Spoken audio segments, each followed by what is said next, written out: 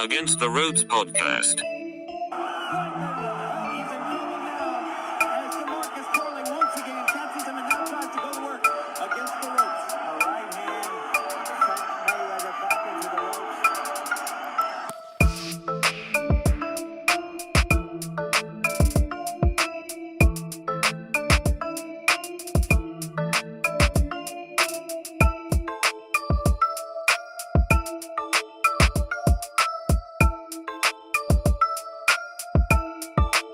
Contra las cuerdas.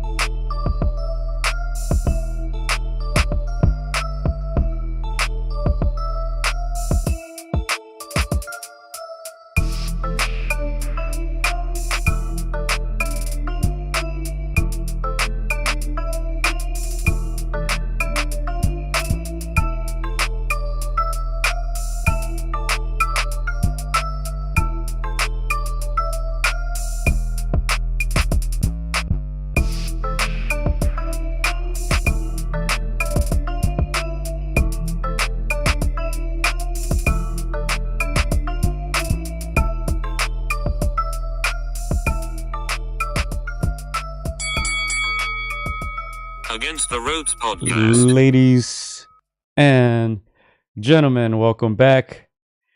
AtR podcast. Gio Garcia here alongside Christian Mosqueda. Chris, maybe the biggest weekend in boxing so far of 2024. And you know what, man? Look, I got my VMC. Oh, I'm gonna enjoy this one, Chris. I'm gonna enjoy this one. VMC, welcome to the show. We have a lot to say. Grab your drinks, grab your popcorn. We might be here for a while, Chris. Yeah, no, like you said, Joe, it was the biggest week in boxing again. There was low expectation coming into this fight because of everything that everybody saw on social media. But Ryan was able to score the upset of the year, the shocker of the year, and he made a lot of people, so-called experts, including us, Gio, I'm going to go as far as to say that he made us all look like fools and he proved us all wrong. So, I mean, let's get started, man. What a weekend. Yes, sir. Well, we're definitely not experts, all right? I won't put that tag on us. I got to update our predictions, our record, Chris. We definitely got this one wrong. I don't think we minded it so much, though, right? Look, let me start off with this. Last week, we came here and said the best outcome for boxing is a Ryan Garcia win. That's what we got.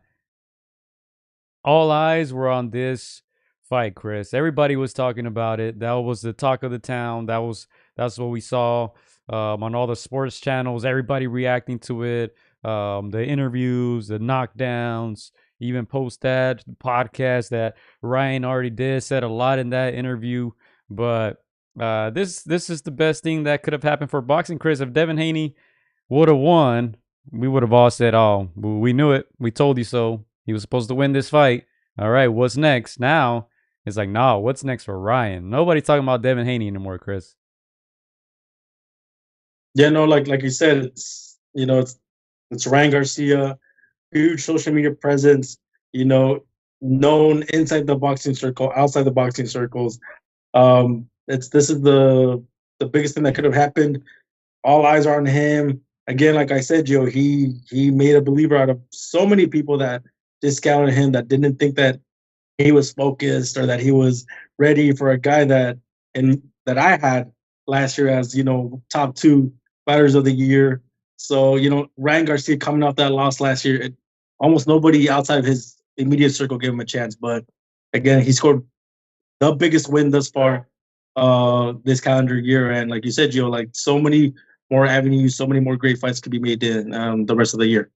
Well, let's start with the fight itself, Chris. You were there in attendance. We spoke last week about the low ticket sales. They were struggling. As I said, you were there in attendance. How was that attendance there in New York? Barclays Center. We're still confused as to how they didn't schedule that fight here in LA, here in California. Both men from California. Devin Haney from the Bay. Ryan Garcia from Victorville. They could have easily made it happen in Southern California. They chose New York. They chose the Barclays Center, Brooklyn. How was the attendance there in New York? Just like me, Gio, like I was one of those people that was waiting maybe to like the last minute to see if those prices dropped, because even till the day of the fight, there was still a lot of tickets that were not sold. And I actually got there super early. I got there to the box office around 10 a.m. I saw the price tickets there were still relatively high. And I was one of those people that said, like, man, you got to give me a discount. Like, this fight ain't selling. So, the person at the teller was like, come back around 4 or 5 p.m. Eastern time. I was like, the prices might drop. By the time I came back, Gio, there was a lot of people, and it seemed like they were also waiting for that last minute for those prices to drop. They dropped a little bit, but not substantial. But, everybody knew that they wanted to be in that building. They wanted to see, what kind of round was going to show up. Most people, like myself, felt that he was going to get walked over. He was going to get outboxed. He was going to have a mental breakdown. The Brooklyn faithful over there, they're obviously big fans of Tank, not huge fans of Devin Haney, but they're like, oh, Devin Haney's gonna win. Devin Haney's gonna come off the floor with Ryan. Ryan's just too unstable. So I think people wanted to see at least that meltdown, that kind of drama, and it was not to be. I'm glad I paid my ticket, Gio. I'm glad I was able to see this upset. And it was crazy to witness what happened on Saturday. All right. So was it sold out? How did you see any empty seats around you? There was empty seats, but I'm not gonna lie, I expected more. Okay. For the most part, a lot of people, just decided to, bite the bullet and buy their ticket the way I did, and they got in that building. So there was a lot of people in that building. They bought their tickets super last minute. Again, I think they were waiting for those prices to drop, but it was a good number of people. I want to say 75% to 80% full. Okay. So I don't know if you guys have seen the videos that we got. It was a pretty good number of people in attendance. All right, that's not bad. Look, we took a look at the tickets on Tuesday, the Tuesday before the fight. As I said, there was a lot of tickets available. Ticket prices after that actually started going down.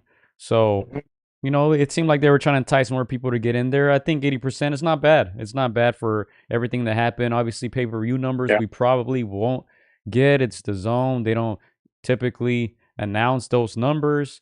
I'd say 80% arena full. It's not bad at all. I mean, it was a great fight. Let's be honest. It was a very good fight. I'm sure the atmosphere is crazy. Let's get into that in a little bit, but let's get to some comments first, because Big Bros here says he went from Queen Rye upgraded to Cringe Rye now. Clyde says, legendary picture right there. You see the referee. Hey, we're going to talk about the referee, Chris. That's a must. I'm sure that's going to be one of the hottest topics that we're going to touch on. Most people not happy at all by the referee's performance.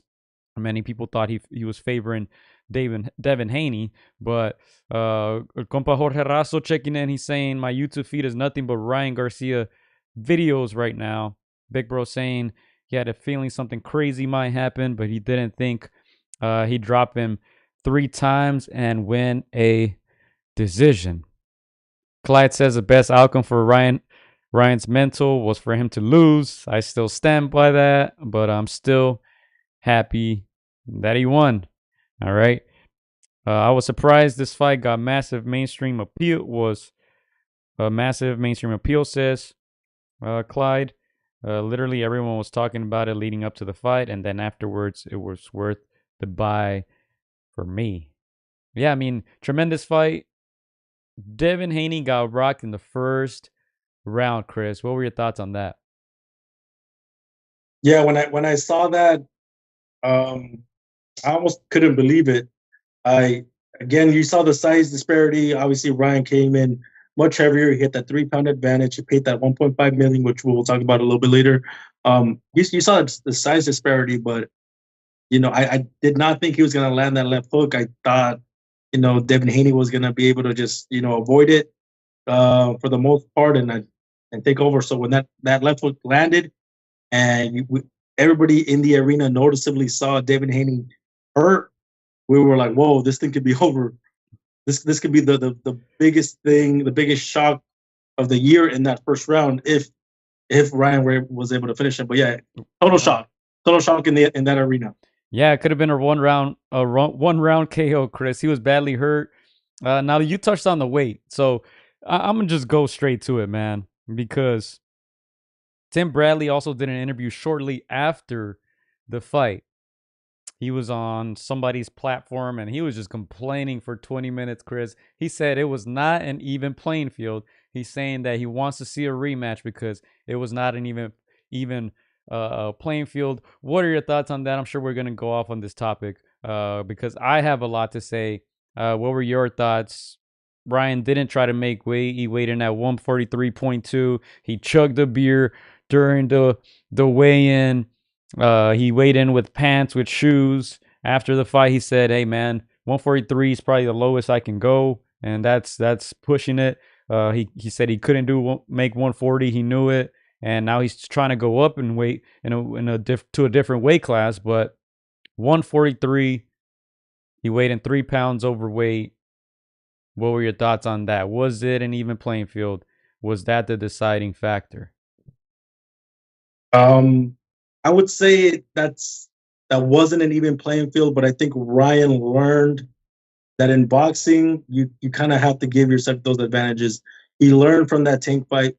He saw how they drained him. He still took the fight. I think somewhere in his psyche, he was like, "Hey, they did it to me. I'm gonna do it to them now." I think he did these antics. He made himself look like he was not focused, like he was distracted with the drinking, with the women. I think in Devin Haney's mind and Devin Haney's camp's mind, they're like, three extra pounds. He's not disciplined. He's not focused. He's gonna be slow. He's gonna be overweight. I think they underestimated him and they thought that it was gonna be much more to their favor. But Ryan had something else planned. He knew he was going to come in strong. He was going to come in comfortable. He was not going to kill himself. He didn't even think about the belt anymore. He's like, I just have to get this W, and that's exactly what he did. So, yeah, and in the scope of things, it wasn't fair, but I think Ryan knew that life ain't fair. Look, man, the hustlers got hustled. That's how I feel about it. Ryan phrased it differently. He said, the weight bully got bullied. Devin Haney has been fighting smaller guys for years. Jorge Linares in a recent interview said, this guy weighed in at 154 on fight night against me. That fight was at 135. Obviously, the controversial win against Lomachenko, we knew he had a huge advantage over Lomachenko. Even against Regis Prograis, he weighed in at 160-something. Regis was, 157 or something like that? 165, I think, was Devin Haney on fight night, they're saying. I mean, this guy, even when he went up to 140, he was still using that rehydration, tactic, whatever you want to call it. This guy was always heavier than his opponents. In this fight, Chris, they were probably the same weight. Ryan Garcia said he weighed in at around 160 on fight night against Devin Haney. I don't think Devin Haney was under 160 in this fight. If he weighed in 165 against Prograis, he probably weighed in the same. So, obviously, Ryan didn't make weight. I don't think that's the reason why he won. I think, obviously, those extra 3 pounds, as he said, it was going to be impossible to shed. He kind of played it smart. I don't know if the bet was real. A lot of this was theatrics, just like who was saying, Chewy was saying it was apple cider. Yeah, we know he wasn't chugging beer. We know that. We know a lot of this was for show. I don't know if the bet was for show, where they bet $500,000 for every pound, and they're saying that he paid, and they're saying that he bet $2 million in Vegas and won $12 million. Like, He said that was real. He said that part was real. But where I'm getting to is on fight night they're probably the same weight. Now, obviously, if he has to shed those extra 3 pounds, he probably wouldn't be as strong as he was on fight night. He said against Tank on fight night he was around 140 pounds. He had all types of clauses. So in this fight he comes in 20 pounds heavier compared to that Tank fight, right? So obviously that's going to make a difference, but I don't know if that was a deciding factor. A lot of people were saying he cheated. We've seen that many, many times. Daniel Jacobs did it to Canelo and Triple G. He didn't respect the IBF 10% rehydration clause that they have for the championship fights. Mayweather did it to Marquez, just paid him off, and they continued to fight, and he won easily. So we've seen it before. You just got to keep the same energy. I think it was a factor. I don't think it was the main factor why he won this fight. I'm one of those people that I do believe he did pay Devin Haney those 1.5 million. I can see that. I think he got caught. I think he got caught in that moment with the whole bet. I think we saw, everybody saw Ryan's dad say, "No, don't do it, Ryan." Yeah. And Devin Haney goes on social media, says, "Hey, he paid." I think also Ryan, by paying him, I think it also softened Devin Haney up. Like, I don't want to hurt this guy. Look at this guy just paid me 1.5 million. I just, I hustled him, days before the fight. I think it softened him a bit, Gio, to be honest. I heard somewhere that, obviously when they were doing the tapering of the hands and the gloves, somebody from Devin Haney's camp told him, like, he's over there listening to violin music, to classical music. I think that softened Devin Haney even more of, like, man, I'm about to school this kid. And let me tell you what softened him up. Look at these boots, Chris. Let me sorry to interrupt you, but look at this. What is this? Somebody was saying in the comments, zero support. Those things look hot as hell, man. If you're wearing those, your feet probably sweating, probably bad grip. They don't have shoelaces. Like, why would you fight in this, man? It's a fight after all. Like, Ryan is not that terrible for you to be wearing this in that ring, man. Yeah, dude, when I saw those, I was like, those are not true boxing shoes. Like, this guy Devin must have really thought that he had a huge advantage over Ryan. And, to not take something like your foundation, your boots into account. Again, I'm glad that he's not Wilder, because Wilder would have complained about them boots. He would have complained about, the arena not being filled. But yeah, total overlook by Team Haney, and just buying in to the whole theatrics that Ryan did. Again, I want to say 98% of the people were fooled, Gio. So again, that's why you gotta take every single point seriously.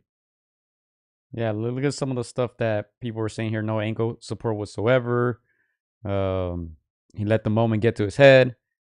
I wouldn't be surprised if Diddy got him those. Guy went into the ring wearing Uggs and got what he deserved. Somebody put like, are those the P Diddy's? Somebody put, my girlfriend has a pair of those.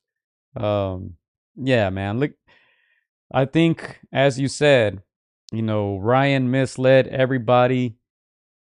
I think I believed about half of the things. The other half were a bit concerning. Well, half were concerning. Half of them was just like, there's no way this guy believes this. But, all the so-called experts, Chris, as you said, they all got it wrong. Tim Bradley said he would retire. That he would retire if from commentating if Ryan Garcia wins. I'm sure he's not going to follow through with that, but that's how confident people were that Devin Haney was going to win, and including us, Chris. As I said, we're not experts, but we came in here last week and we said, "Oh, Devin Haney's going to win a decision. He can easily win 11-1, 10-0. We'll see if he gets caught. We don't think he'll get caught." He talked all the time about, all he has is one punch. He just has that left hook. That left hook couldn't miss, Chris. Ryan Garcia rarely even uses his right hand. He couldn't miss. We'll play some of the highlights right now. As I said, you were in attendance there. We got some of the footage. But we all thought that Haney was going to be ready for it. We can get into his corner, too. It seemed like they had no answer, just like they had no answer to Lomachenko. You guys saw that famous clip of Devin Haney telling his dad, hey man, he keeps hitting me with that left. He figured out the angle, whatever he said, and Bill Haney didn't have an answer to it. I'm sure he's gonna get a lot of criticism. To me, man, I always say the whole father son thing, man, just get a real trainer, just like Teofimo Lopez. Get a real trainer. I think they'll be better off. But Ryan Garcia couldn't miss. He deceived everybody. He looked fairly sharp. I think the fact that he was able to hurt Devin Haney in the first round kind of set the tempo for the rest of the fight. Yeah, again, you said it, Joe. He deceived the majority of people, tuning into to this event. I remember telling you the odds, they were minus 800, minus 900. I was like, that is substantial. We do believe that Devin Haney is going to beat him soundly, but we were like, even we know that that's a little too high. Even I said like maybe minus 400. The odds were crazy. The odds were crazy, man. That was wild.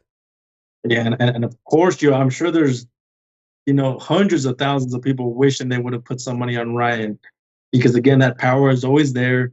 That speed is always there. Again, it's just people really bought into the antics, the sporadity of his behavior, the social media, and again, it's there was moments where I was like, some of this is, I don't believe it, but I also don't believe that he is like that much of a marketing genius. In my opinion, I was one of those skeptics. But yeah, he completely turned the odds in his favor. He threw, I don't want to say he threw away. He invested 1.5 million, with that 3-pound weight gain. He even, hurt his ticket sales by acting this way. But again, I think he saw the long game there, and again, now he's the biggest draw in boxing. Like our commentator, like our boy said there, everything in the internet right now, everything on social media is Ryan Garcia. And we said it to ourselves this morning, like this, he's got face of boxing kind of numbers. And so again, yeah, this is he played this chess game to the teeth. Yeah, man. Let's go to some comments here real quick. I'm sure a lot of people agree with you. Senior Clyde says, all I'm saying is the same dudes upset that Ryan missed weight and won are the same dudes saying it didn't matter when Floyd did it to JMM, Juan Manuel Marquez. He's wearing the Yeezy Elite 5.0, says Chewy. They look like they have running shoes grip. I mean, he is a runner. Big Bro also saying Bill got hustled with the 3-pound advantage, but they took the money. Regardless, Devin made bad mistakes, getting hit with the left hook when everyone knew that was Ryan's best chance, and zero answer to it. I mean, that was shocking. The first big left that landed, Chris, wasn't the cleanest punch. It landed on his cheekbone, and that hurt him. Just imagine it would have landed flush on the chin or on the jaw or on the temple. That would have probably been it. It landed on the cheekbone. Haney looked confused, sat down, survived. He won most of the rounds 2 through 6, right? He won most of those, and that's a good segue into this. I mean, look at the judges' scorecard. Obviously, second half of the fight, Haney lost most of it. Once Ryan Garcia hurt him in the 7th, that was kind of, it all went downhill for him. But look, Max DeLuca, we'll Google him in a little bit. Oh, I can actually click his name, even better. 112 to 112. I did take a look at the individual. Chris shaking his head over there. I did look at the individual scorecards, and we can pull it up for you guys as well. Tell me what the general sentiment was in that arena first of all, when they named that scorecard. I guess after all, it didn't really matter, but I know a lot of people were still upset. Well, first of all, Gio, the first scorecard that the people in attendance saw was Chris Mannix's unofficial scorecard. Terrible. And I think he also had it 112-112. So that's the first thing that we saw on the screens, and everybody was like, "What?" Like it was like a big old boo, like gasp, like you got to be kidding me, kind of moment. And so when we heard that first 112, because obviously they start with the the scorecard that doesn't divide.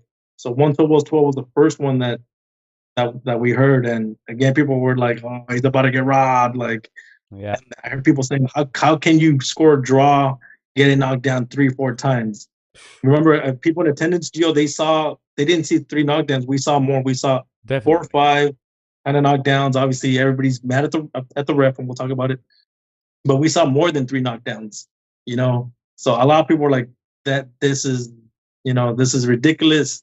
How is it that they scored that a draw?" So yeah, going into that, Gio, it was just people were already pissed off, at that scorecard. 1,000%. Now, like I said, kind of going in chronological order, rounds 2 through 6. Ryan fought in spurts. He even mentioned after the fight that his conditioning could have been better. That tells me that he probably cut a lot of corners during training camp. If you're saying something like that, but it ultimately worked for him. He fought in moments, and he had a lot of good moments when he was able to land those clean punches. He was hurting Haney, as you said, 4 or 5 knockdowns that he was able to score, 3 officially. Man, we're gonna have a lot to say about that ref, but he kind of played it smart, but kind of fell asleep rounds 2 through 6. Round 7 was the big one. 3 knockdowns, and that one could have been a stoppage. Referee did his thing.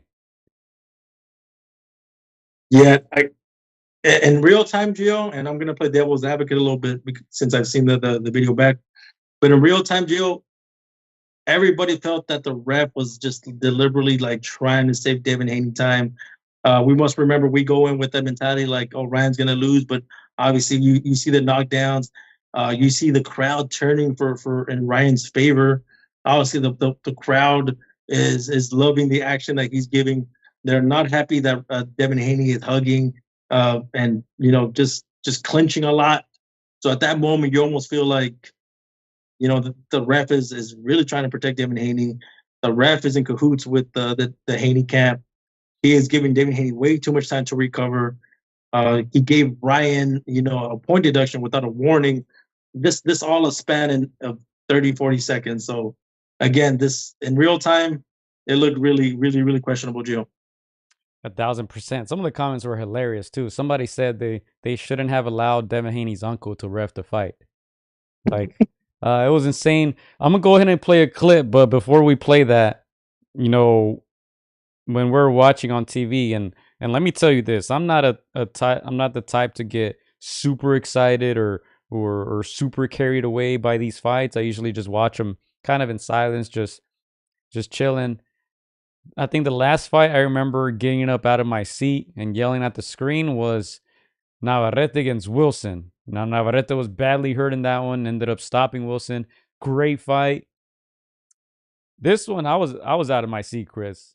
I was up out of my seat. I couldn't believe what was going on, and a lot of it had to do with the frustration of the referee. I mean, I'm gonna go ahead and play it, but you guys let us know what you think in the comment section. Before we get there, here, let me show you guys this, because Max DeLuca was that judge. This is what he looks like, man. These guys have been in the game for so long. They do what they want, man. They do what they want, but this is what the guy looks like. I feel like it's important to expose these guys.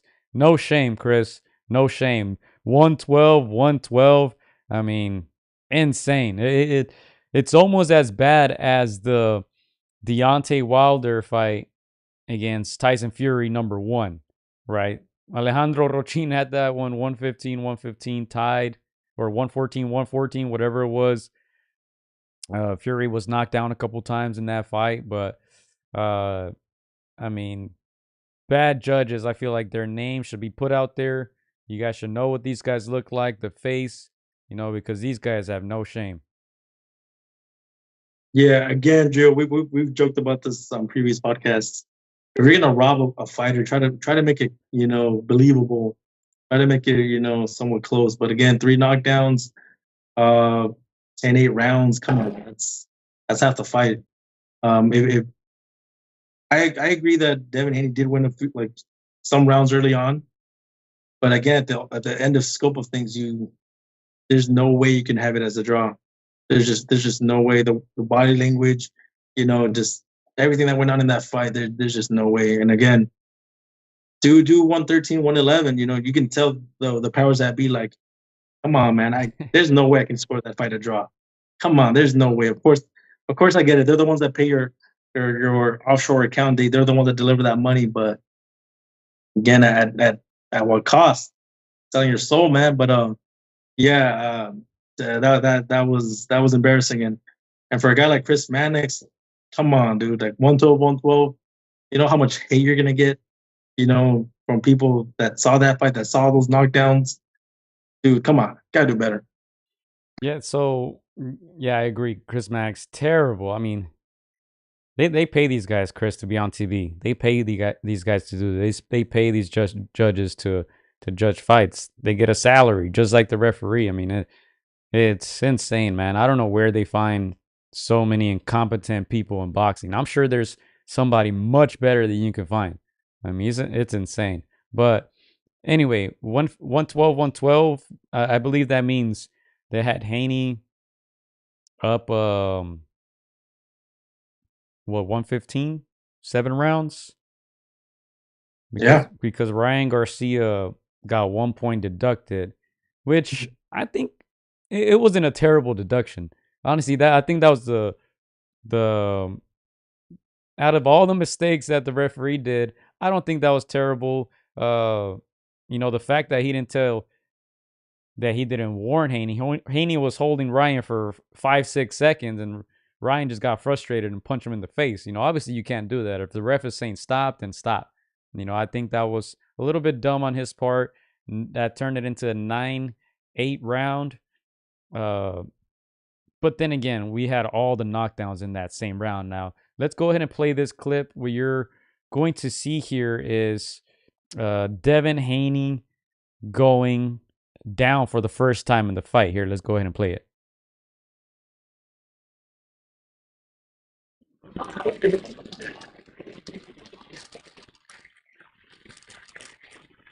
Now check it out. Check it out.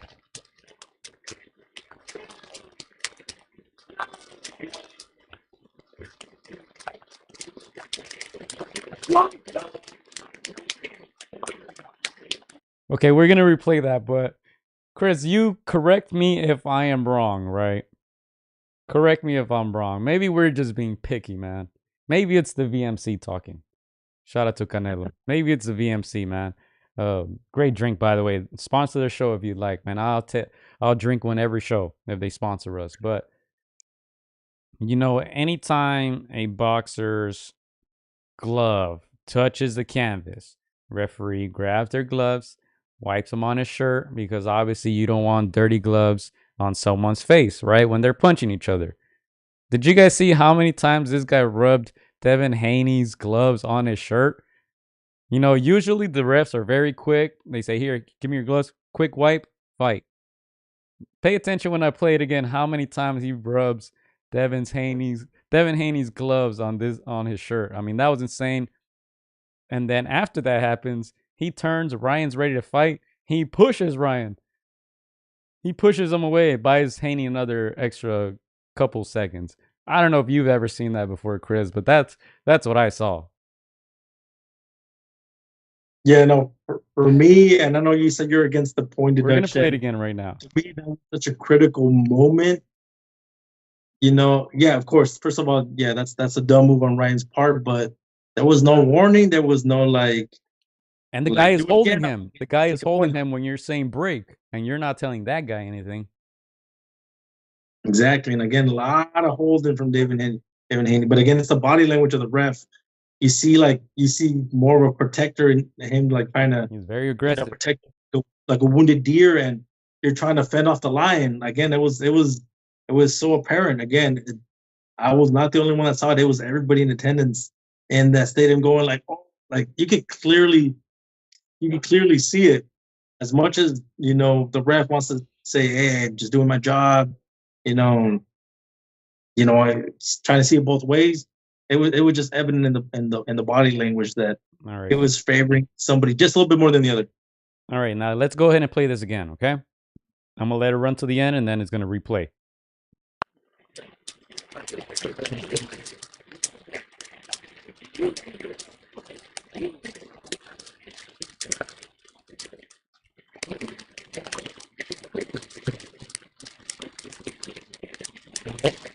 That was the point deduction right there. Oh, he was quick to that one.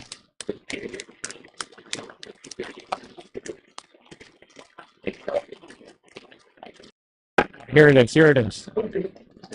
Watch me go now.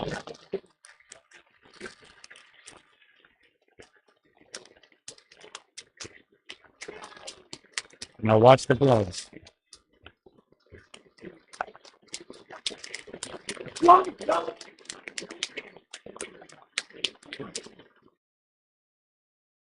He gave him a quick 3-4 rubs on the shirt, and then you guys see. I'm gonna let the rest of it play because that's where the point deduction comes in. Check how long Devin Haney holds for.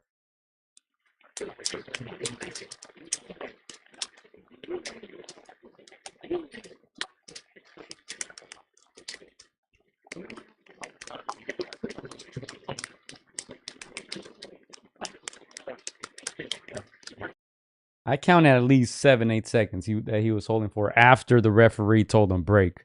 Man, you guys draw up your own conclusions, but man, I'm sure people were livid there in that arena, Chris. Yeah, no, again, you just saw the favoritism. It was just too many seconds there, pushing Ryan all the way back. Again, you could just feel it. Again, I'm surprised Ryan didn't turn around and hit him. Again, we felt all that frustration. We all felt that frustration. Again, we want to see an action-packed fight, and when we get it, and then somebody tries to, keep it from going, that's where you start to see the black eye in boxing. And again, it wasn't a good night for the ref. Yeah, and mind you, we picked Devin Haney to win, so don't think we're rooting for Ryan Garcia. I mean, it was just watching this fight. It's like nobody wants to see the referee interfere in these. Nobody's paying for us to watch the damn referee. We just want to see a good fight. We want to see action, But this is the man right here. Let me go ahead and show it to you guys. Harvey Doc. This article talks about the controversies in his career. I probably read some of it here, but that's the man right there. That's his name. That's his last name, Harvey Doc. If you ever see him again in the ring, man, depending on who's fighting, you might have to say, man, watch out for this guy.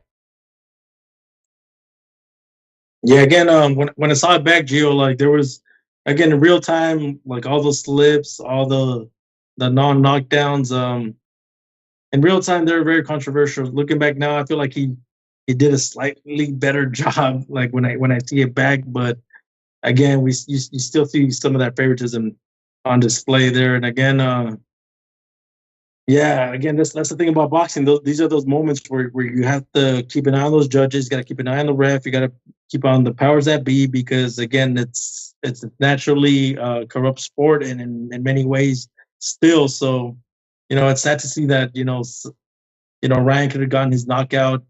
Could have been the biggest knockout maybe of the year, but the ref had to intervene in that round, and stole Ryan from a possible knockout on his record. Yeah, I mean, frustrating to see, but ultimately, I think obviously I think the scorecards were correct. I'll go ahead and pull those up. I forgot what they were, but I think Ryan won this fight. I think maybe it was a close fight, but obviously the knockdowns kind of make the difference. And obviously, if you ask 100 people, I think 100 people will tell you, I would rather be the guy with 0 scratches on my face, not even a bruise, compared to the other guy who probably had a broken jaw, face very, very swollen. He looked very badly hurt. Haney tweeted, "Oh, I'm okay. I didn't have to go to the hospital." I'm sure he did have to go checked up, man. He got brutally beat in this fight, Chris. I forgot who said that it would have been better if he would have just got stopped in that 7th. He wouldn't have taken the beating. He got dropped 4 times after that, and every single time, Ryan was able to land a big punch. Most of the time it was that left hook, and Haney was going down. So Haney, as I said, beat up badly. Stock falls dramatically. I personally always thought he was overrated, especially his defense. You guys saw here He had zero head movement, zero answers to the left hook. You know, he got wobbled by Leonard. Lomachenko had his way that whole second half of the fight. And now this, obviously, we see, we kind of knew his chin was a little suspect, but I don't know, Chris. You know, that Amir Khan label might be a little extreme. We might have to see what happens next, but Devin Haney doesn't seem to be able to take a lot of these punches very well. Yeah, and again, that was one of those things that people said about this fight going in. Obviously, not a lot of people favored Ryan, but they were like, if there's any chance that Ryan has, it's going to be that power.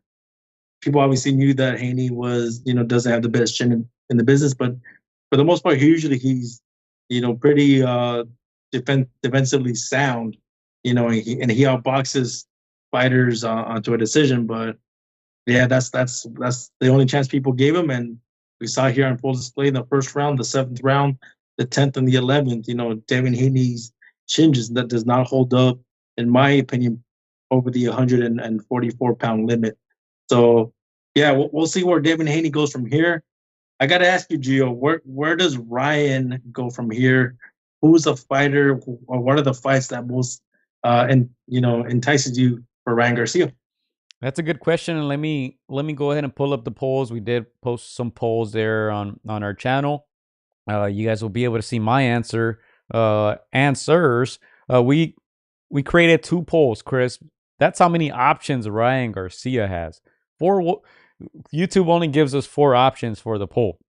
That wasn't enough. All right, we had to create 2 separate polls. That's 8 possible opponents for Ryan Garcia, and that's not even counting all the ones we left out. So let me go ahead and show you guys those as far as what's next for Ryan Garcia. The first one I posted was this one right here. 4,200 votes. Who should Ryan fight next? Pitbull Cruz, 57%. That's the one I voted for. Tank Davis, 27%. Ismael Barroso, 8%. Devin Haney, 7%. So people, seems like, are not interested in that rematch, Chris. Out of 4,000 people, less than 400 people are saying a Haney rematch. So can we just settle that right now? There isn't a high demand for the rematch at the moment. Yeah, I'm a little surprised that people were clamoring for a rematch. There's a lot of experts that were clamoring for that. I don't think it's necessary. This fight was labeled as a Game 7. Last time I checked, there was no Game 8. There's no Game 9. There's only Game 7, and Ryan won it decisively. So yeah, I'm not interested in that. If Devin Haney's name ever comes around, he better be on a 4-fight winning streak. He better have put on, true weight, maybe at 146, 147 later down the road. But at this point, no, Ryan is too big for him. Devin Haney, in my opinion, even though I know he balloons up, his body is just not up there with Ryan. So not interested. All right, and one of the things that we also said, one of the theories was, oh look, well, Devin Haney was draining himself to make 135. We know that's true, but then when he dropped Regis, it was like, look, he was draining himself the whole time. Maybe at 140, he's going to have a little more pop. He didn't show it in this fight. Ryan Garcia did say that he got caught with a punch that did hurt him, and he was saying that Haney beats Tank. I don't know if he's saying that just for show. If he's trying to entice Tank into a fight, it seems like he wants Tank next. But as far as we know, Haney did not show any power in this fight.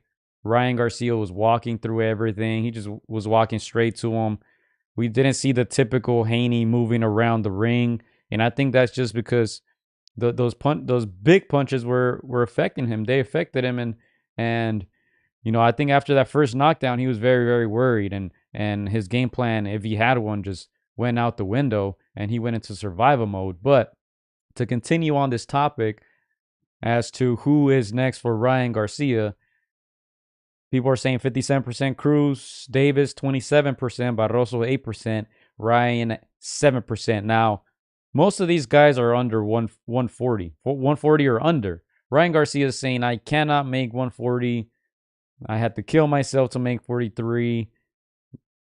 Oscar kind of trolling Tank, saying, hey, we were only going to fight him if he fights us at a catch weight, because that's what he did to us. He said 145. Ryan Garcia talking about 147. He had some tweets calling Crawford some names. A lot of people are saying Boots Ennis possibly. And let's go to that. Let me scroll up a little bit, because this was the other poll that was also created. 1.6K voters. Ennis earning 17% of the votes. Teofimo Lopez 58% of the votes.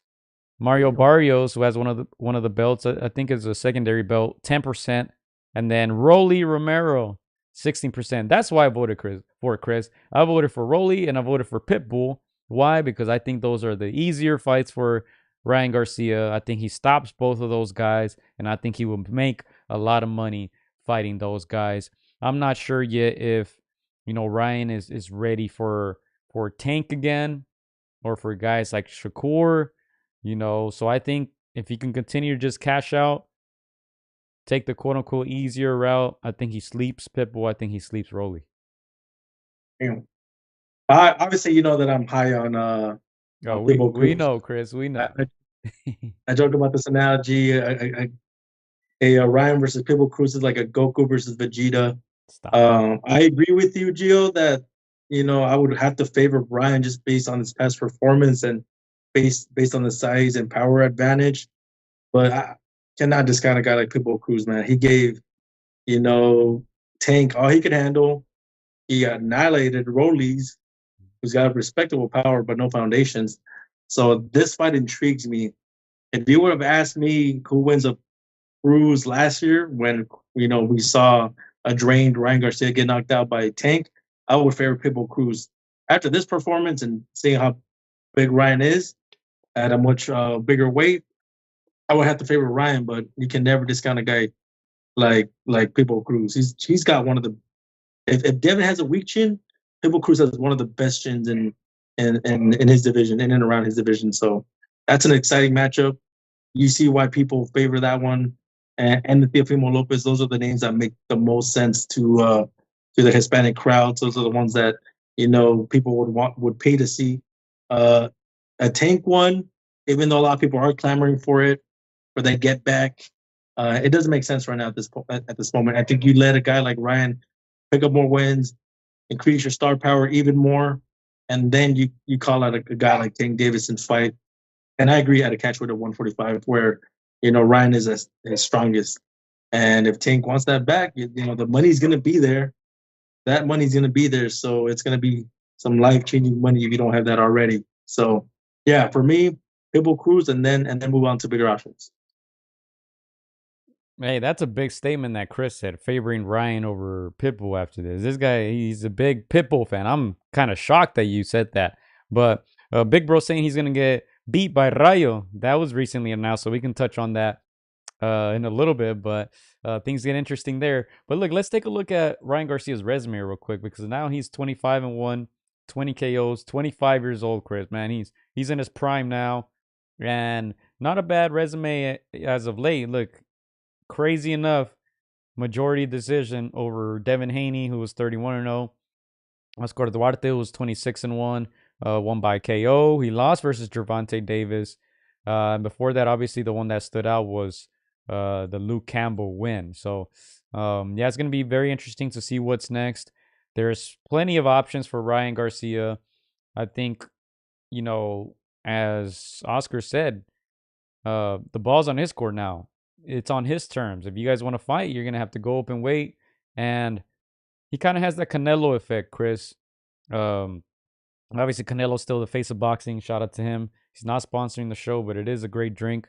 That VMC. If whoever manages the brand, hit us up. But obviously, Canelo's still the face of boxing. But now I think this positions Ryan in a very, very good spot. As I said, 25 years old. Ball is in his court. He got a 55-45 split over Haney. I still can't fathom how Haney got 45%. The guy did zero selling of the fight. He he doesn't have any fans, Chris. He doesn't sell any pay-per-views, and he still managed to get 45%. He's not an exciting fighter. Obviously, he was a champion, so you got to respect that. He was quote unquote the A side because he was a champion. It was Haney Garcia. It wasn't Garcia Haney. But other than that, he didn't bring much to the table. Let's be honest, just marketing wise. So the fact that he got 45%, man, they should be celebrating. On top of that, they got 1.5 mil allegedly from Ryan missing the weight. But Ryan is going to be the A side against anybody. I think even against Tank, he's the A side. Gervonta Davis cannot sell pay-per-views without Tank. Without Ryan Garcia, I'm sorry. They got a fight going on with Martin. They're trying to put Benavidez on the undercard to sell it. I mean, Benavidez is fighting a retired boxer. Gervonta's fighting a guy he should beat. I don't think that sells, but, I think all eyes on Ryan Garcia from now on. I think he's going to have that Canelo effect. This was a huge win. It seems like it was a success. As I said, we're not going to see the PPV numbers, but you were there in attendance. You said the arena looked almost full, so that's a W. Plus, he almost stopped, one of the guys that a lot of people considered a pound-for-pound talent. I didn't, but most people did. So, nothing but W's for Ryan Garcia that night, man, on April 20th.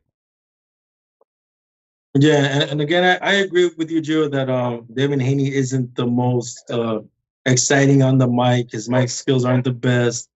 But I do have to commend him for what he's done inside that boxing circle. He went overseas. He's soundly defeated. George Cambosos, taking a pay cut. So he's done a lot in that boxing circle, which again, that just also adds to Ryan getting, finally getting a credible name under his mantle.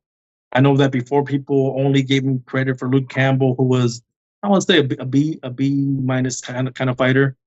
He got in there with Tank, held his own for 7 rounds, weight drained.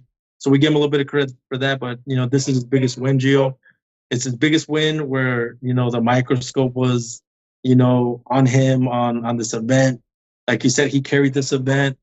He carried it in a weird way. He carried it in a circus kind of way, but he carried it nonetheless. So again, do commend Devin Haney for getting that 45%. He got a big chunk of that pie as a title holder, as a champion. I'm not sure if he still holds the title.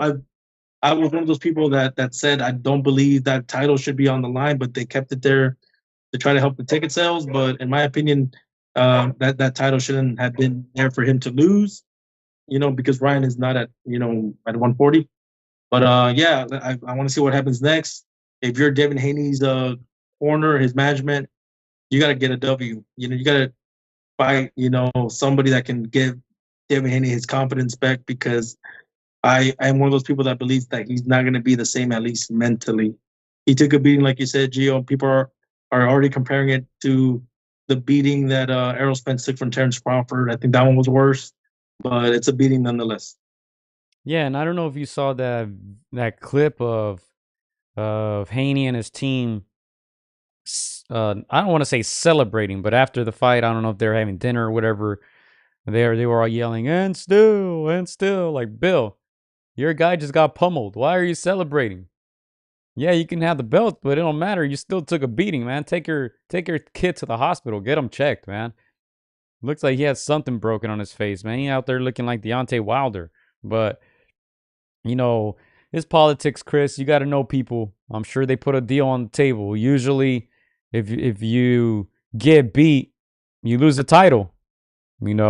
Regardless of whether Ryan Garcia, was able to win it or not. In this case, he wasn't. So if he beats Haney, then no one's a champion. Now it's vacant, and now someone else fights for it. But hey, it's politics.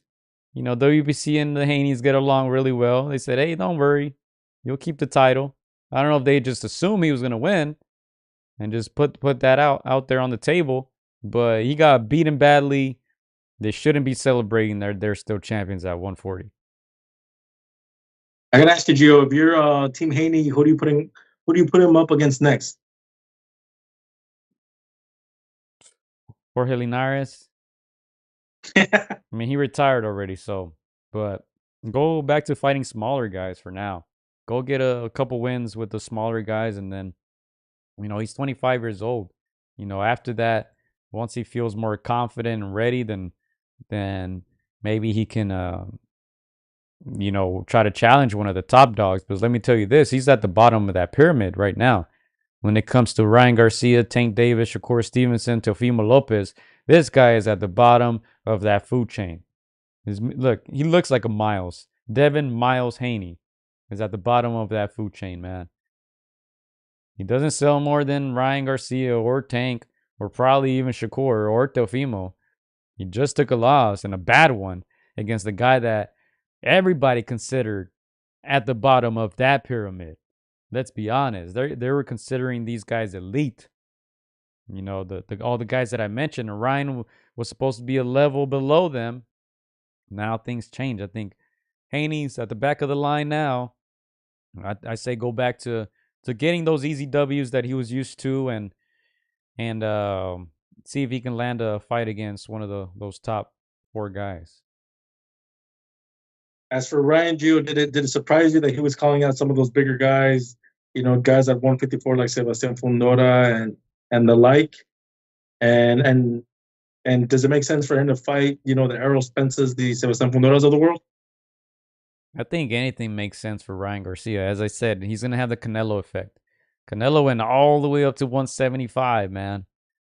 He challenged himself, and, if it makes money, it makes sense. So, yeah, I think any fight makes sense for Ryan. I think he proved that he can possibly hang, at 147. 154, a little more challenging. It's a lot of weight to add. But, the ball's on his court. He's going to be the A side against anybody. So he has options. And if you're Ryan Garcia, obviously you've already said some of the names. Which is the one that most interests you? And do you see him fighting a guy like Teofimo Lopez down the road in a super fight? Yeah, look, I think Ryan Garcia is not the type of guy to avoid anyone. He fought Tank. He accepted all the clauses, the weight drains, everything. He bet on himself. He lost that time around. But against Haney, he literally bet on himself again. And he won. So I feel like he has some real confidence right now. He looked very confident, in the lead up to the fight. It looked like he believed he could win. Against Tank, I don't know if I saw the same confidence. Obviously, because of all the clauses and all that, he knew that he was going to struggle to make weight. What was that, like 137, I think it was? I'm sure you saw the picture of, the comparisons of this fight against that fight. I mean, he was scrawny against Tank. That's what they did to him. They didn't want to fight a fully healthy, 100% heavier Ryan Garcia. They hustled him in that sense. But yeah, Ryan has options, man. Ryan has options. Haney, I don't know where he goes from here. As I kind of gave you, a general idea where he should go next. Go back to fighting easier fights. But who do you match him up with? It seems like he might stay at 140, defend his title. He still has it. Yeah. For Devin Haney, I don't put him against anybody that has any power. I don't put him against a guy like Matias. I don't put him in there with a guy like a Barroso. Don't fight Barroso. Say that again? Barroso. Don't even fight Barroso. Yeah, again, like you said, just get back on that W column. Again, his stock went down. I know his team is gonna have those things. They can say, Ryan came in 3 pounds overweight. He wasn't disciplined. Yada yada yada. But both these guys went opposite ways when it comes to their stock. Devin Haney's stock went down, because of those 3 knockdowns. I don't think he's ever been knocked down before. He's been hurt, but not knocked down. So 3 knockdowns and in one fight, that hurts your stock. Ryan, on the other hand, I saw his Instagram numbers. He had lost like 300, 400K with all these antics. People saying like, yeah, this guy's done. We just saw his numbers. He's gained 1.1 million Wow. fans. Just on that fight alone. So yeah, we'll see what happens with Ryan again. The numbers that he's been putting up, the traction on social media, on YouTube, it shows that he is the next guy in line, to be the face of boxing when Canelo hangs him up. If he has the discipline, if he has that same hunger, passion, we don't know. We'll see, but definitely he's in the driver's seat right now. Chris, I don't know if it was the same for you, but for me, everybody was talking about this fight. You get the typical question, you may be at work, hey, what'd you do last weekend? Oh, I watched the fight. Everybody was saying that. Oh, I watched the fight on Saturday. Everybody was saying, oh, man, what a great fight. Oh, man, Ryan Garcia, he was going crazy during the lead up and he shut everybody up. That's what everybody was talking about, Chris. Like, this guy has some real star power now. I think before that, it wasn't all the way there. We talked about it last week. He has so many followers and not everybody supports him like that when it comes to buying tickets and buying pay-per-views. But now I think stock doubles, triples. I mean, he has real star power. You said it best. A lot of the other guy that he fought, claimed to be the face of boxing. The guy's doing 50,000 pay-per-views. Like, it's not even close, right? I think it's Canelo, and then there's everybody else. In Europe is Anthony Joshua. In Asia is Sinoe. Right? But I think Brian has a real chance of becoming the face of boxing as long as he doesn't take a bad loss if he fights one of those elite guys. Yeah, no, again, like you said, Joe, he's got the mainstream fans, and now you got to put a little bit of respect and that he beat a guy inside the boxing world who's got, in my opinion, he had a good run at that credibility when it comes to the boxing game and boxing skills. So again, he's got that thing. He's got the charisma. He's got the entertainment factor. He's got power. He's got speed. Um, Again, with very little, he did so much damage to Devin Haney because, he was not outboxing Devin Haney. He was not winning, some of those early to middle rounds. It wasn't until he hurt him, which reminds me a little bit of, the Benavidez style, where you can lose rounds, but if you hurt your guy and break him down, hey, that's all you need to do. So yeah, Ryan Garcia does have some deficiencies, but it makes it intriguing for whoever he fights next in that lightweight and junior welterweight division. Yeah, one trick pony, but that one trick is really good. I think he has the best left hook in the game. Like, no question. Yeah. Quick, strong, long Again, hook. No diddy. A lot of the buildup was like, Oscar putting up with Ryan, and even talking to the PR people, talking to those people, you almost felt like, man, these a lot of these people carrying this promotion, like, I know that they're reading everything that's going on social media. I know that even though they're backing their fighter, do they really believe that he's gonna win? Like this, again, he made Oscar so happy because I'm sure Oscar was getting all these messages, from other promoters or from other powers that be, like, dude, like, what's up with your boy? But of course, Oscar, grew up in that same limelight. He had tons of distractions, tons of money, drinking, partying, the whole shebang. So, I'm sure he understands what Ryan's going through, and right now, like, they're on top of the world. Yeah, and Ryan Garcia said they were good in this interview that just came out today. He said they were good, and then they're a lot closer now. So all the beef has been. all the Hey, here are the scorecards though. Here are the scorecards. You can see Max DeLuca's 112, 112. Insane scorecard. I just don't get it, man. Look, this guy had, let's see, 1, 2, 3, 4, 5. 5 rounds in a row for Haney. And then after him getting hurt, he scored the next 2 for Haney as well. I mean, insane. You see the other two a little more, both guys kind of trading a few rounds apiece throughout the fight. But yeah, Max DeLuca just went crazy, scoring all these rounds, including the 12 for Haney. I'm sorry, he scored that one for Ryan, actually. He gave him the last 3. But yeah, he didn't score much for Ryan there, as you can see. Atrocious Max DeLuca. Watch out for that name, man. If you ever see him, and you will see him, you will see the name. We see Alejandro Rochin everywhere, Chris.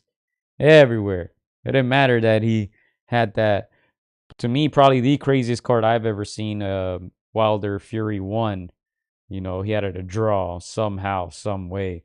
Even though Fury won probably 10 rounds in that fight, got knocked down a couple times. If you do the math, that draw still doesn't make sense. But anyway, Chris, I did want to touch on a couple other things. Haney repeatedly said that Ryan was not a good fighter, was not a good boxer before the fight. Somebody here, I think Iceman said, the Haney's also threatened to unalive Ryan. They were using strong words. I mean, is there a comeback to that? Like, these guys talk so much trash. Devin demeaning him, saying he's a C-level fighter, he's no good. When you get beat this bad, man, can you make a comeback in the eyes of the people? Is this guy gonna be clowned forever? Is he gonna be a meme forever? What do you think?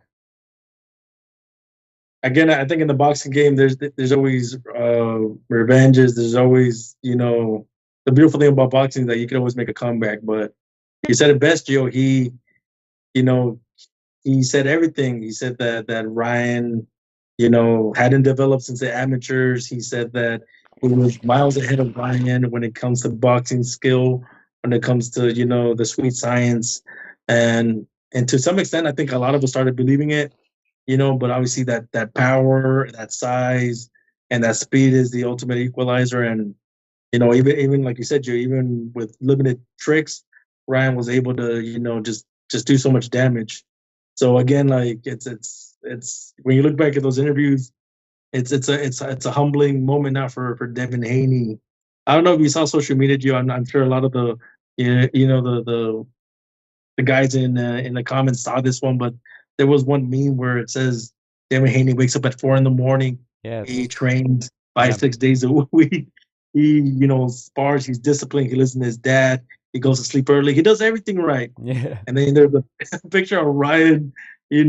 I love Jesus, and I drink alcohol, and that was comedy. That got me a good laugh. But yep. Again, it all comes back to that confidence, and that's exactly what Ryan did. And on that note, Gio, I know we have a little bit of time left. I'm gonna put this on for now. I didn't want to have it all podcast. Oh man, look at that! Just in light of Look at win, that, we man. on the crown, because he Ooh, this was his night, and he got us, man. He got us all. So there it is. Hey, I dig it. I dig it. And we used to joke about it, right, Joe? We used to be like, "Hey, I said the crown," but we joke about Ryan, and we dish it out, but we give Gotta give it him up. the props when it's due. So props to him on this huge win. Yeah, and look, we could have easily been biased for him. We met some of his family members. You've interviewed Ryan several times. I haven't met him in person, but his mom was in one of our podcasts a long time ago. She just tagged along with our good friend Coach G and Right Hook Roxy. We didn't even know that was his mom at the time. They had to tell us, like, hey, that's Ryan Garcia's mom. We're cool with Sean Garcia, his brother. He's fighting Amado Vargas, I believe, soon. Yep. So we could have easily came out here and been like, hey, we know the Garcia family. You interview them all the time. It would have been easy for us to, be biased. But hey, we straight up said, hey, we don't think he's gonna win. But he won. You got to give it up to him. I think it's great for boxing, Chris. I mean, you don't believe me? Just go watch all the videos that Chris got that we uploaded on YouTube. Look at how many views they got. That's insane, man. Look, this whole week, everybody's going to be talking about boxing, and everybody's going to be talking about Ryan Garcia. And that's what we need. As boxing fans, as people who love this sport, that's what the sport needs, man. As I said, if Devin Haney would have won, we would have came out here, oh, Devin Haney won unanimous decision, and we would have kept it moving, Chris. We would have been talking about Vergil Ortiz right now. We're an hour and 12 minutes in, and I feel like we still have a lot to talk about, with this fight, with this event, with everything that happened. And we're not going to spend a lot more time on this. We got to give it up to Vergil. Jose Ramirez coming back. Both of them are going to end in knockouts, though. I want to tell you that straight up. You don't even have to watch it. They're going to be knockouts. But you got to give it up to Ryan, man. All the trolling that he did, the deceiving that he did, it worked out, man. And look, one of the things he said in the interview, he said it wasn't beer. He said he's never done the Snow White, which I believe. And he did say that he was drinking throughout this camp. And obviously, I think it was more for show, but he said, I didn't even try against this guy. And that's what I did to him, but look, this guy's good for boxing. He's entertaining. We talk about guys like AB all the time. Adrian Broner, who's supposed to fight our boy Blair Cobb soon. Woo! He's supposed to fight soon. That guy's entertaining. We're going to watch the fight. We're going to watch the AB fight. There's some guys who are just entertaining. This is the entertainment business, whether you want to consider it that or not. We're all watching these fights to be entertained. And Ryan Garcia is an entertaining guy. He said some crazy stuff, but it was entertaining. It was entertaining, Chris, for those 2-3 months.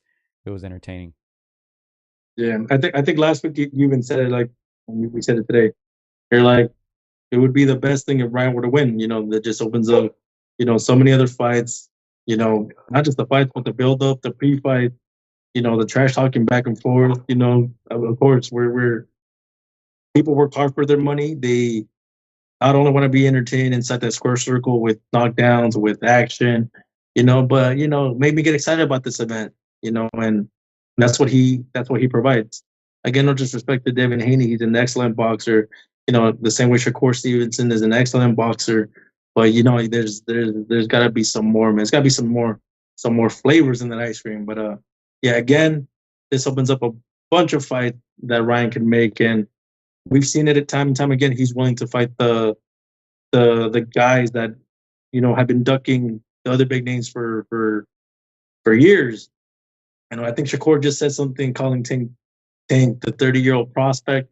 That just shows you that blueprint that the Mayweather team, that Tank, has. This is why I respected Oscar De La Hoya, because he fought everybody and he was coming up, and even with his boxers, he doesn't do the Mayweather blueprint. He doesn't do the top rank blueprint.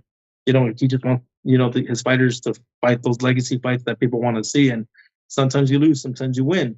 In this case, he won, and of course they're jubilant. They're excited. They're in the driver's seat, and they're calling the shots. The way Oscar said, if they want to fight Tank or any other guy. Now, Chris, I got a bad comparison. I want to keep your tradition alive. I got a bad comparison. I don't know. You guys may like it, but I think to me, this is that Canelo Alvarez against Erislandy Lara moment. Obviously that fight was a lot closer, but Lara was one of the more avoided boxers because he wasn't the most exciting, very high risk, very low reward. A lot of people thought Canelo was supposed to lose. Just stylistically, very tough fight. The guarantee was very low. I think it was like 1.5 million for Canelo and 1 million for Lara. I mean, they could have sold that fight for a lot more money. But, after that win, Canelo went on a run and, he became the face of boxing. This was a huge win for Ryan Garcia. I don't know if he's going to go on a run like that, but I think it stylistically, that bad comparison makes sense, Chris. I don't know if it was as bad as yours, but I tried. That was worse, bro. That's like BDC talking. Oh, let me see what I would compare this one to. Hey, man, look, you said, man, I don't know. Don't even get me started, man. You said Pitbull Cruz was like Julio Cesar Chavez, but more athletic. Oh, man, I wanted to throw the mic at this damn camera, man. Oh, man. Let me see. How would this one be? I don't know. Oh man. Nothing right now comes to mind, but this kind of reminds me. This kind of reminds Here me a we little go. bit of like Brace yourselves. Victor Ortiz against Berto. Because Oh, I think Berto was coming in with the momentum. He was a title holder. Victor Ortiz was the guy that always fell short. He fell short to Maidana. He quit with Maidana. Ryan quit on Tank. okay. And then Victor, beats Berto for the title by coming in weighing more. So I would say that's the good comparison, because after that, Victor obviously got that huge fight with Floyd Mayweather, and we know what happened. But come on, I don't think too many people thought that Victor Ortiz was going to do that to Berto in that fight of the year. And nobody really thought that Ryan was going to do this to Devin Haney. And he hurt him, knocked him down several times, and boom, that's all she wrote. Hey, one thing I can tell you is I think this is the official RIP to those comments saying Ryan Garcia is a YouTube boxer, an Instagram model, a TikToker. I think this eliminates all of that, Chris. I don't know if you agree, but I think now people got to put respect on his name. Yeah, no, again, not too many people, gave Ryan a chance. And, again, I thought he was going to be missing left and rights, getting frustrated. I know a lot of people are going off on Chris Algieri with his hot take. He suggested that Ryan was going to, kind of like self-implode and get disqualified. There was moments again, and it's great, marketing by Ryan. He made us believe that he was, just gonna that was it. Like, that was his career, and he just revitalized his career with 3 huge knockdowns.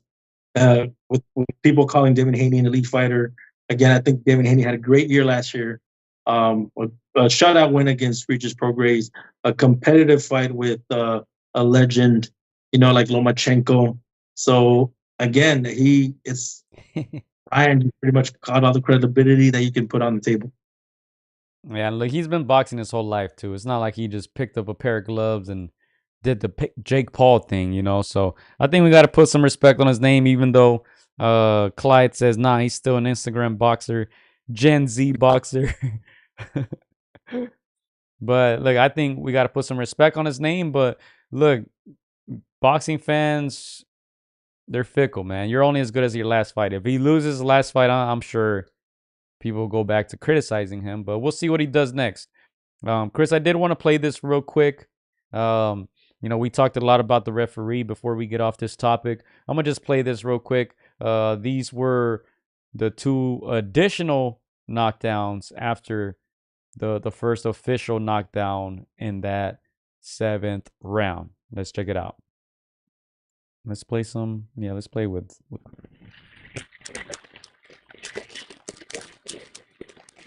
I came from a punch.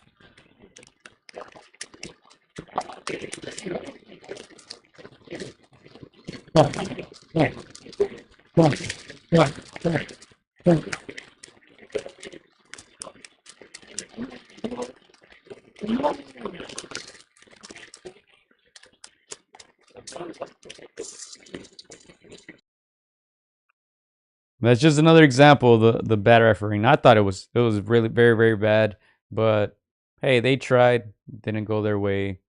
Congrats to Ryan Garcia. He trolled the whole world. He said not even his family was aware that he was trolling. And Chris, we're never gonna know if he was really, going insane or if he was really trolling.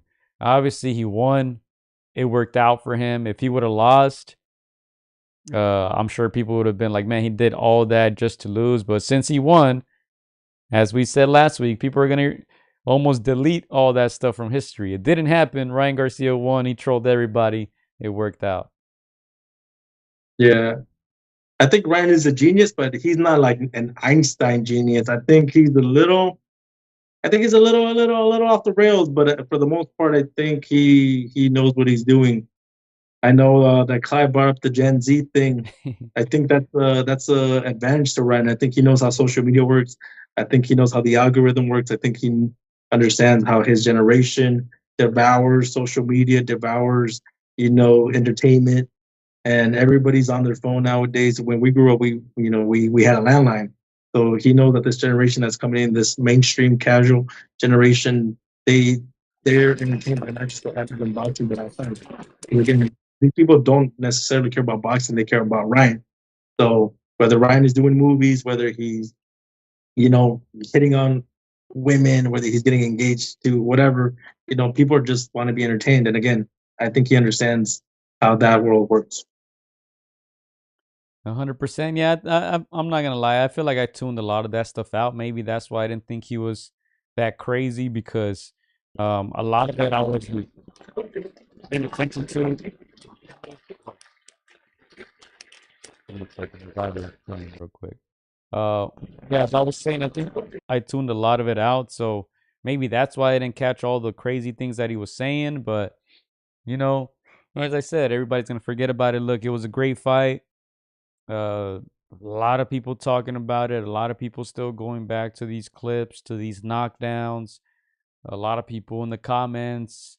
A lot of people. I'm sure you saw it there. I heard from other people who were there in attendance that the the crowd, they were mostly like on Haney's side as far as they felt like he was gonna win. And then at the end of the night, everybody was cheering for Ryan. I don't know if that's the same sentiment that you got being there in person. Yeah, no, that's exactly what I got from that, Gio. And again, I know there's that talk of people love you when you're winning, they hate you when you're losing. I think the tide turned because Ryan was the underdog, and then he delivered on the action, he delivered on entertainment.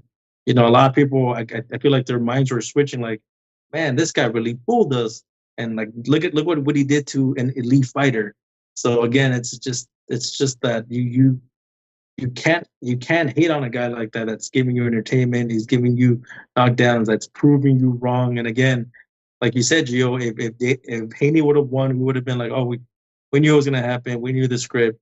It's these shock factors, these things that happen in boxing where you least expect it, that keep people just like, dang, this is why I love the sport.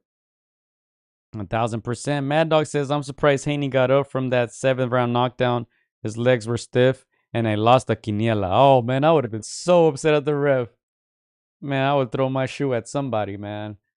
I would have been so mad at Harvey Doc. Man, terrible. Man, if somebody catches Harvey Dog in there and like interviews him, that video is gonna get views, man. So I know that you mentioned Jaime Rochin, Gio, we caught him, again, because we question these kind of decisions, and we like to troll a little bit too. We like to challenge these guys, like, oh, just tell us why you scored it that way, or tell us why you did that. We just want to Again, know. We just want to know. anybody has the right to defend themselves. You can say, you can defend yourself, but if you just walk away, if you don't say nothing, come on. I'm like, where's the offshore account, bro? Come on, where is it? So again, yeah, I hope it's nuts, man. I hope it was worth it, Harvey Doc. I hope it was worth it, and Max DeLuca too. 112, 112. 2 people went insane that night, man. Let me tell you, none of them were Ryan Garcia. None of them. Ryan Garcia ended the fight taunting Devin Haney. Devin Haney ended the fight beat up. He tried to go in the corner too, Chris, right? Pretend like, hey, I won. I'm going to win this fight. But we all knew he lost. And yeah, man. Last thoughts on this fight before we move on. Not much from the undercard. I don't even think I watched it. I'll be honest. I'm not even gonna spend time on it. I don't want to reward bad undercards, man. We got a lot of good cards coming up, and they remind me of the Don King days, Chris. Obviously a controversial figure, but if you look at those old school cards that he used to put on, man, there were names on those cards stacked, and that's what we want to see, so I think I'm going to start doing this from now on. I'm not even going to mention the undercard. I'm not even going to put it up on the screen. Nobody even talked about it regardless. Everybody was talking about Ryan Garcia. So we forgot Devin Haney was in the fight, Chris. We forgot he was in the fight. It was all about Ryan Garcia. But, Mad Dog says Barboza got a gift. I didn't watch the whole fight. I didn't watch the whole fight, but I know a lot of people were not happy with that. A lot of criticism there. Alone, so amazing says smash the likes. Yeah, smash whatever you want, man. I'm all for it. No Diddy. But yeah, last thoughts on the fight, Chris. I thought it was a very entertaining fight. I came out here and said last week that Haney was gonna win in a boring fight. Haney was still boring, Chris. He didn't fight back. Ryan Garcia made it entertaining. He hurt him in the first round. Hurt him, 5, 6 times in this fight. Made a statement. And I might have to say, I don't know if this is a hot take, but he might be the second face of boxing. He might be in second place. I don't know, man. Don't sleep on Hoya. You know, he's putting 40,000 people in that stadium over there in Japan. You know, Anthony Joshua does that in the UK regularly. We'll see where Ryan takes it from here. We know Canelo's a face of boxing, hands down. He's fighting May 4th. He can fight. Who'd you say last time, Chris? He can fight Pitbull Cruz, man. He can fight. He can fight a shadow, man. He can fight that Hotel. People will still pay for it, but you know, big ups to Ryan, man. He made it. He made it a great comeback, I guess you can say, after that big Tank defeat. People were still doubting him against Oscar Duarte. People were doubting that duo with Derek James. They're saying, "Oh man, Derek James looks so unhappy to be in the background of all these videos. He looks upset. Looks like his guy's not listening to him." But you know, at the end of the day, they made it work. And I think Derek James did a great job, you know, because on the right-hand side, he had Sean Garcia. Shout out to Sean. On the left-hand side, he had Henry Garcia. And he was locking in. He was saying, "Ryan, look at me. Listen to me. This is what we're going to do." And he was telling the other guys to stop and calm down. So I think he did a good job. And overall, you know, very good performance by Ryan Garcia. Disappointing by Devin Haney. But it's good for boxing. Yeah, on that note, Gio, like if you were to tell me that, you know, Derek James's best performance to date was going to be Ryan Garcia and not Errol Spence Jr., man, I'd be like, man, quit playing with me. But that's exactly what it was. When I look back at those videos of Ryan with his and Derek James in the background, I just laugh at that. And I'm like, dang, that was a comedic genius right there. But yeah. Final thoughts on this is Ryan is the second face of boxing right now. Again, he made a circus out of this whole event. He delivered on this event. He entertained.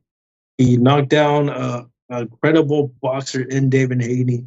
He invested 1.5 million in himself to be comfortable, to look at the long-term effects. And right now, and I said it to you previously, Joey, his stock is so high he can make that money back easy. He can make that money easy. He can demand 70-30 against almost anybody outside of Tank, outside of Teofimo, but he is in the driver's seat. He bet on himself, and when we called him crazy, he was a marketing genius. So again, balls in his corner, second face of boxing. Our latest video has usurped our most popular video before, which was Canelo, you know, and Mosley. And, you know, again, Ryan is in the driver's seat, and we'll see what happens next, man. We're going to be tuning in. Yeah, and as Chris mentioned, you know, we got some videos. We still got a lot of videos up there. I got to free up some time to upload them. But yeah, you see it there. You see the crazy numbers, and this is just within the last couple of days or so. So, you know, we'll be uploading more stuff. Chris got a lot of the behind the scenes stuff being live there at the Barclay. So, yeah, tune into the channel, man. Sub if you're new. You know, we do this podcast every week. So yeah, tune in, man, for the hottest takes and some real takes, Chris. Not no biased stuff. You know, Tim Bradley was so hurt. Paulie Malignaggi was so hurt. Chris Algieri was so hurt. Oh man, those guys were so hurt to admit that they were wrong. You know, the so-called experts were way off, Chris. It's okay, we're wrong. We're not the experts. They're supposed to be the experts. And they got it wrong. A shout out to those guys because I love their show. I love their Paul. Great show. TV. Great show. Very biased, but it's a great show.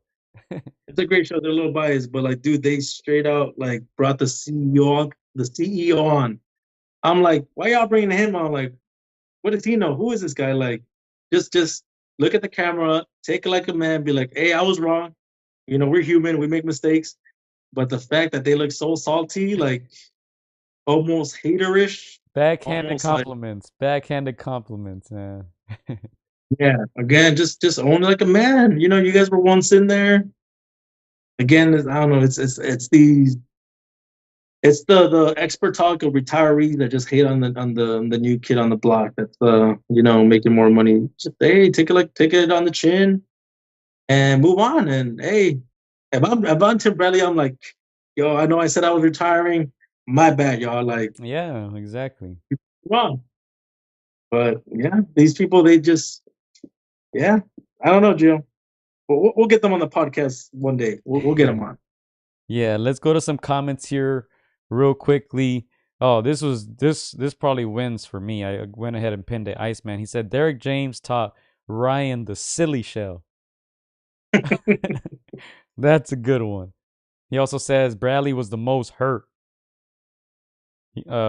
Clyde says if Bradley and Malignaggi agree on something, you should bet the opposite. They are trash. Hey, just to say, I love the Magic Man. I love Paulie. I love Tim Bradley. Sometimes they have some crazy takes, but overall, like they're good dudes. I respect their opinion. Sometimes they back it up with facts. Sometimes they don't. Sometimes they get emotional. I mean, it's all love, but you gotta take that L, man. Gotta take that walking L sometimes. Yeah. Let's see what else do we have here. Mad Dog says mi primo turkey a la chic, putting stacked cards. We're gonna get into that. We're gonna get into that right now. Let's rewind a little bit and see if I see any older comments here. We're not skipping your comments on purpose. We gotta keep the show rolling here. Lil Lomachenko beat Haney, says Iceman. Well, somebody says something foul here. Mad Dog, man, he said Cobbs is a mixture of Ice-T, the rapper, and Carrot Top, the comedian. Oh, man. Chill. Cobbs is a good dude, man. Friend of the show. I'm kind of rooting for him against AB. I'm not going to lie, Chris. I don't know about you. I think he could win that fight. He's more athletic than B. B is like past his prime, you know. Obviously, like AB, they're both entertainers. AB is just more naturally like a dork. I wish he would have stayed in shape. I wish he would have, you know, kept that discipline going. He would have had a great run. But yeah, we've had Cobbs on the show. He's funny too. He's a good dude. So we'll see, man. I would just love to see that fight, see that build up. They're both gonna, you know, just entertain and say some foul things, you know, keep us entertained. But yeah, we'll see what happens. And shout out to our boy Arnold. I know he got a lot of heat, Gio. I know he got a lot of slack from the fans in attendance. Not his best performance. Very, very controversial kind of fight. But hey, like you said, Gio, let's see what he does in his next fight. You know, he's put in so many dues, and we don't want to, you know, just discredit him for one fight. But yeah, his opponent deserves, in my opinion, a rematch or at least a big fight. So yeah, we'll see what happens next. Yeah, let me tell you, this can actually help him, though. You know, this might be one of those scenarios where people say, "Oh, look, he's not what we thought he was. Let me go ahead and fight him." You know, what if one of those top guys say that? And I think Yeah. above anything, people were talking about it. You know, good or bad, you got people talking. So at the end of the day, I think in today's era, you need that. You need someone who can get people talking. We just mentioned everybody was talking about Ryan Garcia. That's good. You know, a lot of people were talking bad about him during the lead up. Turned out to be pretty good, you know, with this outcome, you know, because now everybody's like, man, he shut us up. He's the man now. What you laughing at over there? Oh, laughing at Clyde's comment at the bottom. Bradley's mind never recovered from Provodnikov. Yeah. Shout out to Tim. Man, I'm gonna interview Tim sometime next month, man. I'll ask him about the Provonica fight, man. That was an insane fight. Yeah, but Chris, let's get off of that, man. Once again, congrats to Ryan Garcia, King ride, Chris. You had the crown. You want to show it off again. People in the comments saying it didn't fit you, but it's all good. He got the King ride crown right there. Hopefully he keeps it going. Hopefully we get another fight out of Ryan toward the end of the year. And hopefully it's a good one. It's good for boxing, like I said. But you know what else is good for boxing, Chris? Big Turk. Big Turkey Al Sheikh, who seems to be collaborating now with some other people here in the U.S. They're saying L.A. Let's go ahead and click on this, man, because we got, I don't know if anyone wants to watch this, but it looks good on paper. Leo Santa Cruz, Abner Mares 3. Leo Santa Cruz won twice already. So both men seem to be retired. Abner Mares had those serious eye injuries. Only reason I'm happy for them is because they're getting paid. Yeah. For me, that fight doesn't need to be done. Like you said, the most worrisome thing is that Abner's eye, you know, not what he used to. We always see him wearing those glasses. He's a great commentator. He's a great analyst. He's a great dude. You know, he's always willing to give the media interviews. But if it's for the money, they'd be sad because, again, they're retired. In my opinion, they have more than enough. Maybe they're just doing it just to get an itch, man. Hopefully they come out well. But it feels like that one's going to be more of a, I want to say like a friend kind of fight where like, hey, yo. Exhibition. Hurt each other, man. Let's just make this money and go home.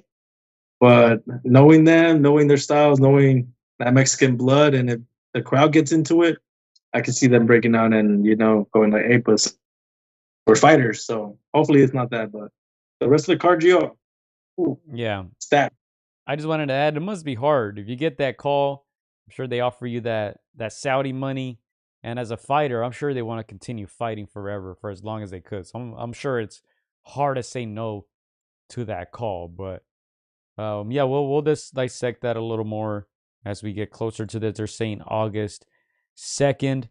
We also got Andy the Destroyer Ruiz against Big Baby Miller. How do you feel about this, man?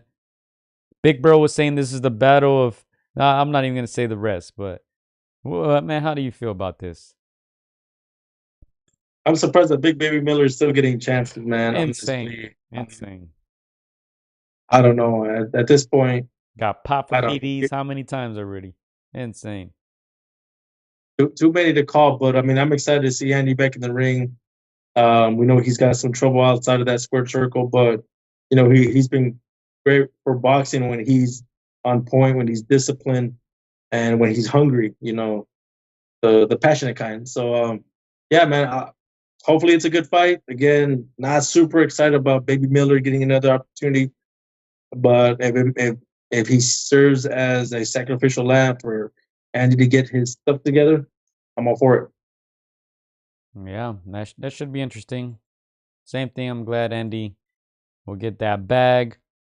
This one right here, very surprising. And man, I don't know who's Rayo's manager, but they've been putting him in some tough fights. I mean, Isaac Pitbull Cruz against El Rayo Valenzuela, Jose Valenzuela, also scheduled for that undercard. Chris, thoughts? I know you like Rayo. You've interviewed him from way back when nobody knew him. I think that was the Benavides Darrell fight, I believe, that happened in Staples Center. I think that was on the undercard of Spence against Sean Porter. You know, you interviewed Jose Valenzuela did he even have any pro fights at the time? Maybe a couple fights under his belt. Yeah, I think he had a couple. Nothing crazy though. Yeah, like you said, Joe, these are two guys I respect. I respect their styles. I respect their entertainment value when they step into that ring. I respect their work ethic, their warrior type mentality. Rayo, like you say, he's one of those guys that when we run into him, he's always like happy to see us. He's just one of those dudes that remembers us from like those early days. He's one of those guys I was a little shocked that they put him in so early with some of those other guys that are already known. But it talks to his mentality, to his warrior ethic, to his, I don't care if I'm, don't have 20, 30 professional fights. I'm here to just fight. So I respect the heck out of him. And of course, you already know how I feel about Isaac People Cruz. He's just a little guy with a lot of power, with a lot of entertainment, humble. Just one of those fighters that you instantly become a fan of just based on everything he does inside that square circle. So these two guys in that ring, I'm gonna be torn. Not gonna lie. Mhm. That's gonna be, in my opinion, fight of the year. Both of these guys have knockout power. Both of them can hurt each other. It's gonna be crazy. And man, I'm a little torn, Gio. I wish these guys didn't have to fight each other right now. Maybe down the line. But like you said, Turkish money is no joke. It's life changing money. We seen Oscar give his 2 cents on this guy coming to LA to take a little bit of his territory, but he's good for boxing. He's the best thing that's happened to boxing, and we gotta get behind this guy because, yeah, again, he's done everything right since getting into the world of boxing. Yeah, and lastly, main event: Terrence Bud Crawford against Israel Madrimov. They're saying August 2nd in Los Angeles. I know you're not gonna be excited for Madrimov, Gio. I get it. I not a very well known guy. Great, got a good record. He's like been next in line for a title shot for a minute there. I'm just excited to see Terrence Bud Crawford. Since that win against Errol Spence Jr., to me, he's the best, the number one pound for pound alongside Inoue, alongside Usyk. He's just that guy right now. So I'm excited to see what he has to offer in this fight. I don't expect nothing less than being dominant. So again, Terrence Bud Crawford is the goods. He's the best two switch fighter. He's proved it, in his last outing, and we want to see him, see what he does at 154, and I guess the very best. Yeah, man, he's gonna sell 50K pay-per-views, Chris. 60K, 60 Pitbull's on the undercard, and Reese on the undercard. He might hit 60. He might hit 60K pay-per-views, man. But yeah, that was exciting news, because they're trying to stack it. I'm sure they'll add other guys on there. I also did want to mention, obviously, Vergil Ortiz Jr. is fighting this weekend. Here, let's go to, where is it? Vergil Ortiz Jr., 20-0, 20 knockouts, 26 years old. He seems to be healthy now. He's coming off that Frederick Lawson TKO win. That was in January of this year. What do you think about this, Chris? Let me see. Let me go to the boxing schedule so you guys can see what's going down here in Fresno, California, DAZN. Jose Ramirez against Frances Barthelemy. Vergil Ortiz Jr. versus Tomas Dulorme. Oscar Duarte is on there. He's fighting Jojo Diaz. I think that might be the fight of the night. Marlene Esparza is on there. Brian Lua. They got some decent names on there. I'm not overly excited about this. Let's check the records of their opponents, of Vergil's opponent and Ramirez's opponent. I said these guys it's 2 knockouts, Chris. I think guaranteed. Tomas Dulorme, 26-6. He's coming off a win, but you see those lost by KO, lost by decision. So this shouldn't be the toughest fight for Vergil Ortiz Jr. Just judging off the record, judging off Vergil Ortiz coming off a perfect KO streak. I don't think Dulorme no levanta, Chris. I don't think this goes past the 6. Yeah, I share the same sentiments with you. Not super excited about this card. C plus B minus kind of card, to be honest. Outside of Vergil Ortiz, not a whole lot of excitement. This one pretty much, we're tuning in to see how long Dulorme lasts. Anything less than a knockout, in my opinion, is, would be a disappointment for a guy like Vergil Ortiz, who by now we expected him to be a title holder, a champion. Obviously, we know the history. Got derailed with health issues 2 years ago. So yeah, we're just hoping to see the Vergil Ortiz, the one that was destroying guys, knocking guys out, to just get back on track and to get in position for a title shot. I know they're saying Tim Zoof, for a fight after this one, Gio. I'm not sure how credible those sources are, but Yeah. those are the fights we want to see down the line. You want to see Vergil Ortiz at this stage of his career fight nothing but the best, nothing but named fighters, and to vie for a championship fight. So this one is just to see in how many rounds he knocks out Tomas Delorme. Cuánto la aguanta? I agree. It shouldn't go long. Yeah, and Jose Ramirez, his opponent, Rances Barthelemy, Cuban, 30-2, 2 losses, only 15 KOs. He was knocked out against Gary Antoine Russell. In 2022, fought once. In 2023, hasn't fought this year. I don't think Jose Ramirez should have too much problems with him as well. I think these are some fights just to get him some shine. This is going to be in Jose Ramirez's hometown. I don't know. Is he from Fresno, or from nearby? I think he's from Fresno. I think he's playing Fresno. So hometown crowd. Now, as I said, the Duarte Jojo Diaz fight, I think that was interesting. Jojo, I think, close to retirement.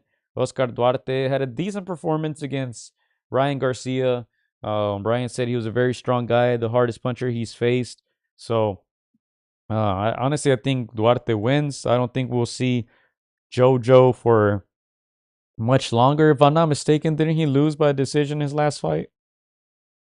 Yeah, I think he lost to the Filipino fighter, if I'm not mistaken. But yeah, that was the fight that he was expected to win. Got upset. That there shows you that he's on the way out. Yeah, so yeah, not overly excited about this, but I'm sure we'll be talking about it. And of course, Canelo's coming up May 4th, so we'll be back next week to preview that fight with Jaime Munguia. Should be good. They announced the undercard too, but we can get into that next week. I don't know if they have it on here already. Let me check real quick. Yeah, they actually do. So we can just name the names.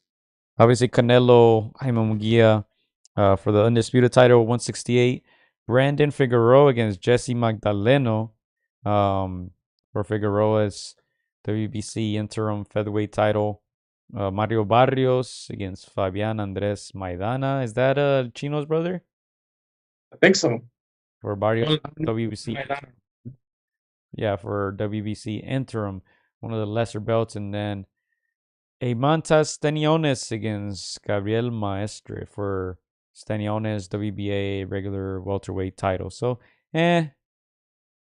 what's all I can say about that? Yeah, not a whole lot of excitement in the undercard, but of course, they're hoping Canelo and Munguia is able to carry the excitement in this card. All right, where's your excitement level right here for that fight, Chris? Today, let's do a quick check-in. Canelo Munguia. Canelo Munguia, I'm gonna say 7.5 out of 10. Okay. Nothing crazy. Nothing crazy right now. Of course, like, who doesn't want to see the face of boxing? I always say we have to appreciate the greats while we have them, because 3, 4, 5 years from now, they're no longer going to be here. So I was at 7.5. Again, that's why the pre-fight theatrics sometimes help. If you see them just didn't being disrespectful. I know it's not their style, but that kind of stuff gets people excited about fights. Yeah, I'm probably like about a 7. I think my excitement level's growing. Munguia's looking good. He's looking a little slim. He's looking like he's in shape. And we talked about this before. Jaime Munguia's not gonna be Charlo. He's not gonna be Callum Smith. He's not gonna be Billy Joe.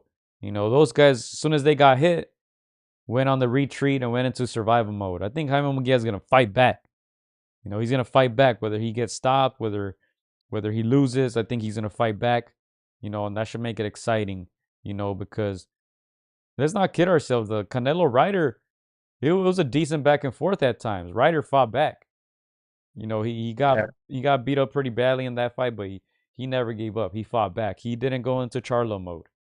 So I think Munguia is gonna fight back, and I think it should be exciting.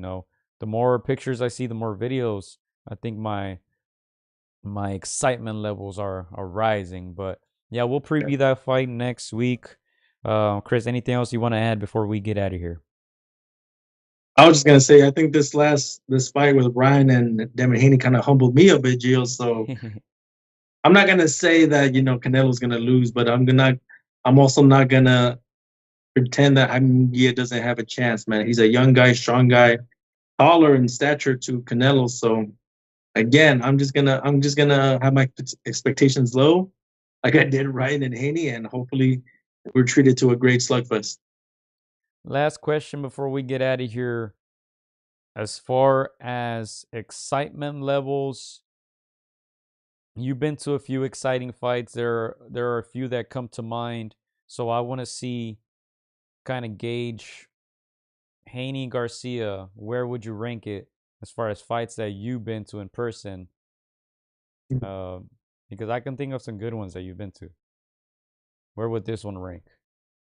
This one, I mean, just because of the recency, this one has to be the most exciting thus far, for sure. Just because, again, the atmosphere inside the building was so electric, because it was something that we knew could have happened, but didn't expect to happen. We knew that Ryan could hurt him, but we didn't expect him to land that hook. We didn't expect him to knock him down one time, let alone 3 times. We didn't expect that drama from the ref that got so many people in that arena just going crazy. So again, this one, it's recency factor, one of the more exciting ones, just because of that action. But if you want to name some, Gio, I'll tell you where it rates. But right now, Ryan, recency effect. Hey, It's the most exciting. Big Bro's not gonna be happy with that answer, man. I know y'all went to a fight in Vegas once upon a time with the Mexican and the Argentine. Oh yeah, You might have dropped the ball with this one, Chris.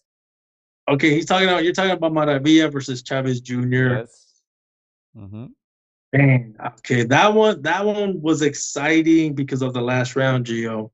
And obviously, that we're all fans of we were fans of Sergio Maravilla Martinez when he was in his prime.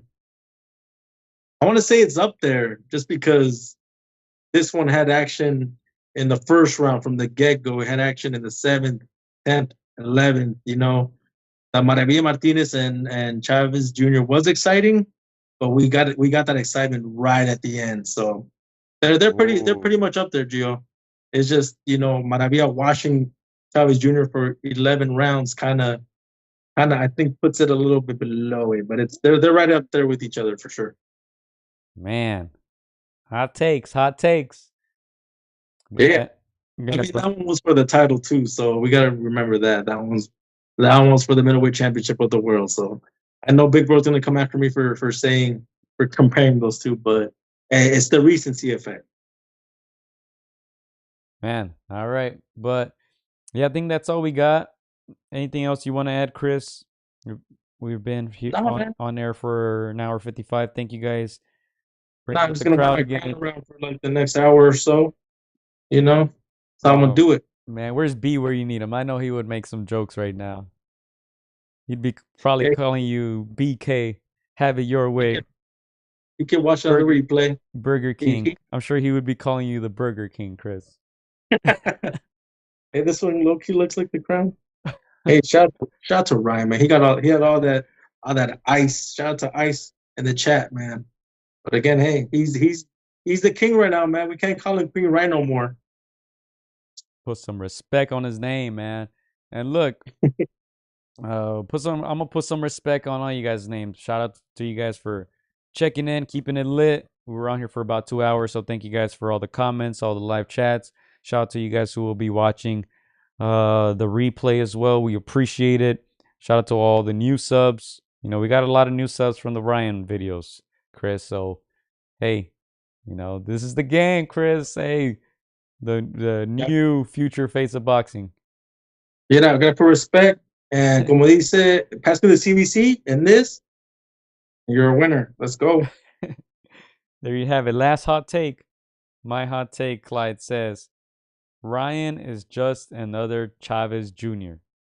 His downfall will be his mental and lack of taking stuff seriously. Damn. Hey, I called him JC Jr. too during the lead up of this fight. I might have to take it back, man. We'll see. We'll see where when the dust settles. You know, he's gonna get a big fight. He's gonna get a big fight. Let's see if he can do what he did against Haney again. Yeah, and you mentioned Gio or Arnold Barbosa not looking the best. This could entice some other fighters. So hey, he gave Ryan his respect. He's like, hey, Ryan looked good. He looked great. In a sense, Ryan's stock went up. Arnold's dropped a little bit with the fans, but I mean, this could be, like you said, could be a blessing in disguise for Arnold. You never know. They might decide to keep that money in house, put them next. I mean, obviously, Arnold's gonna have to, not underestimate a guy like Ryan Garcia, who may be limited in skills, but he's got more than enough power and speed to get you in trouble. So, hey, hopefully that's the fight they do next. All right, last one here. Barbosa robbed that dude, says Sergeant. And my last, I already forgot what I was gonna say, Chris, but yeah, we'll leave it at that. We'll leave it at that. Thank you guys for keeping it lit again. We'll be back next week. We'll be talking Canelo Munguia, mates. Tune in. Have a great night. VMC. Jason, they're watching. They want to sponsor the show. No, Canelo watches for sure. Well, I think his English got a lot better. I'm keeping tabs, man. VMC. Let's go, mates.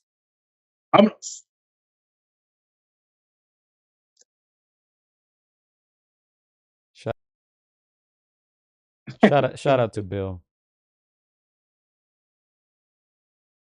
Hola amigos, soy Juan Francisco AtR. Quiero mandar un saludo para mis amigos de Contra las Cuerdas. Échenle muchas ganas. Un abrazo, muchas bendiciones. Shout out to Against the Ropes. You know what mine is? Let's box, bitches. It's almost fight night. Shout out to Against the Ropes. Thank you for the support. Keep doing your thing. You're doing a great job. So thank you and best wishes. Huge shout out to Against the Ropes. Shout out to Against the Ropes. Thank you guys for the interview and hope to see you guys soon. Against the Ropes, always doing the right thing. Shout out to Against the Ropes, man. I appreciate you guys for having me, taking the time on y'all day.